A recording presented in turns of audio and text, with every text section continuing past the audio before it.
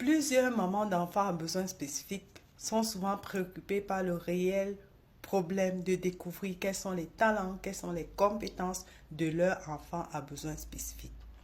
Alors, ce soir, je vous donne comme ça 3 étapes phares qui vont vous permettre de découvrir les talents et les compétences de votre enfant à besoins spécifiques.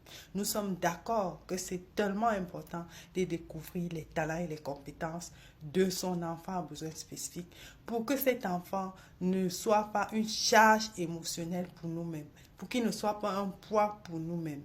Alors, pour qu'il soit heureux, pour qu'il ressente pour qu'il ne ressente pas de la tristesse de n'être pas dans le couloir qu'il doit être. Parce que chaque être humain a un talent et a le devoir de le faire fructifier. Et c'est mon devoir donc en tant que maman, en tant que parent d'un enfant à besoin spécifique, de pouvoir le mettre sur ce chemin-là, de pouvoir découvrir ses talents, développer ses compétences pour pouvoir le mettre sur le chemin qu'il doit suivre. Alors, la première étape, c'est bien entendu, suis-je la bonne personne? Est-ce que je suis qualifiée? Est-ce que en tant que maman d'un enfant à besoins spécifiques, j'ai déjà découvert quels sont mes talents? Est-ce que j'ai découvert mes talents? Est-ce que j'ai découvert mes compétences? Suis-je déjà sur mon couloir?